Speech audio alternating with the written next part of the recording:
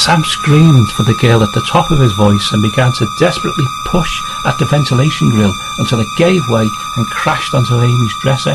The girl screamed and a little knife-welding troll turned and ran off down the tunnel into the subterranean night.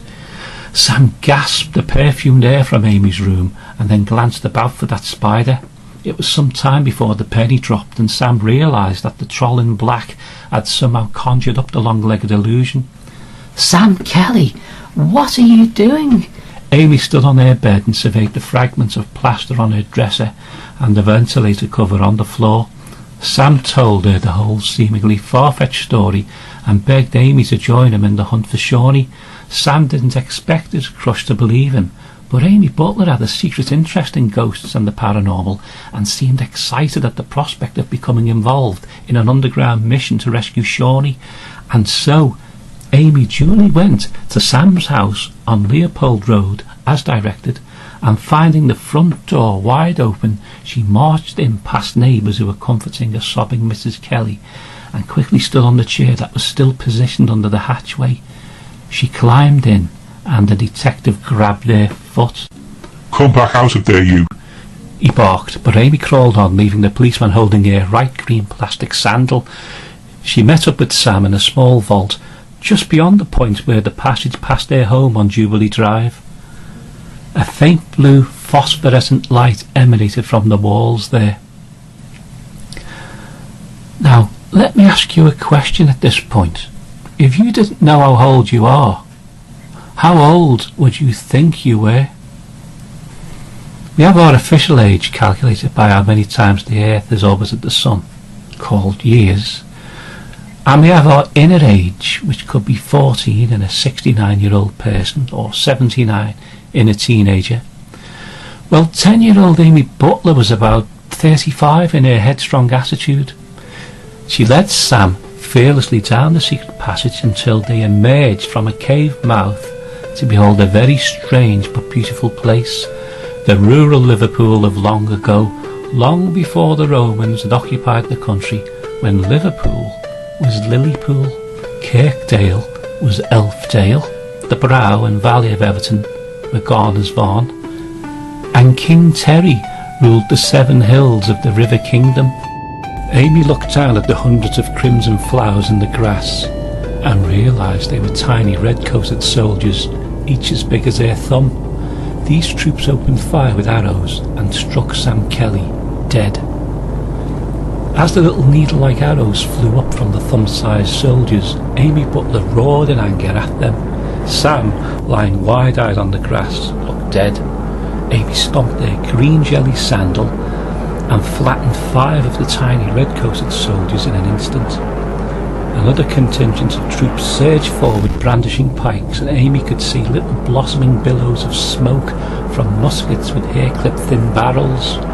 She felt the stings of the musket balls glancing off the skin of her shin, which was as tough as a dinosaur's hide to these miniature troops.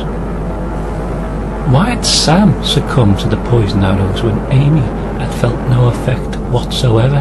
Her left white sock had about a dozen of the arrows embedded in it. The girl spotted a large moss-coated rock and she tore it up, her rage and adrenaline providing her with remarkable strength. The troops drew back and Amy could hear tinny sounding cries and yelps because they knew what this invading giantess was going to do next. She held down the rock and wiped out at least a quarter of the diminutive army. A defiant young standard bearer made a peeping sound and he waved a red and orange flag at Amy, and a second later he was as flat as the flag.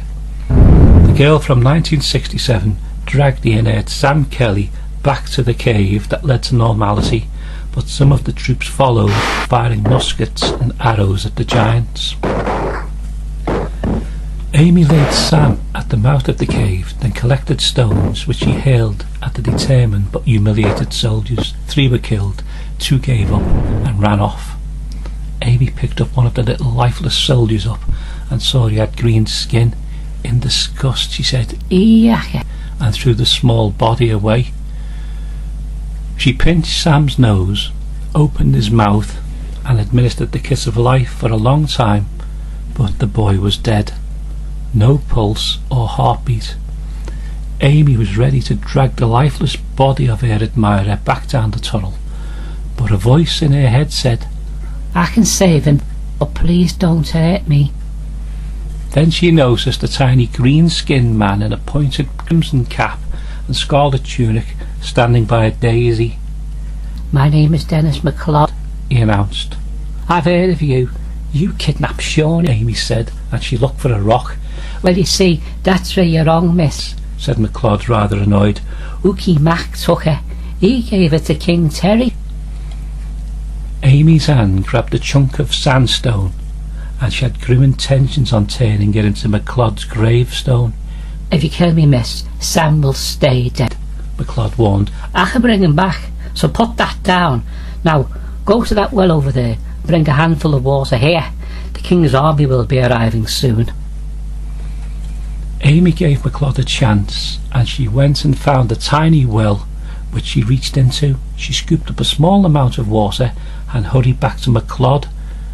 She was told to put the water in Sam's mouth as McLod recited a spell. Sam woke up to life in a coughing fit, and he saw McLod. Where's Shawnee? The boy yelled. There she is. McLod pointed to the immense advancing army of redcoats that carpeted the nearby field. At the head of the troops, towering over them all, marched Shawnee, clad in silver armour. She fired a crossbow, and the bolt struck Amy's chest, sending her reeling backwards until she fell on her back.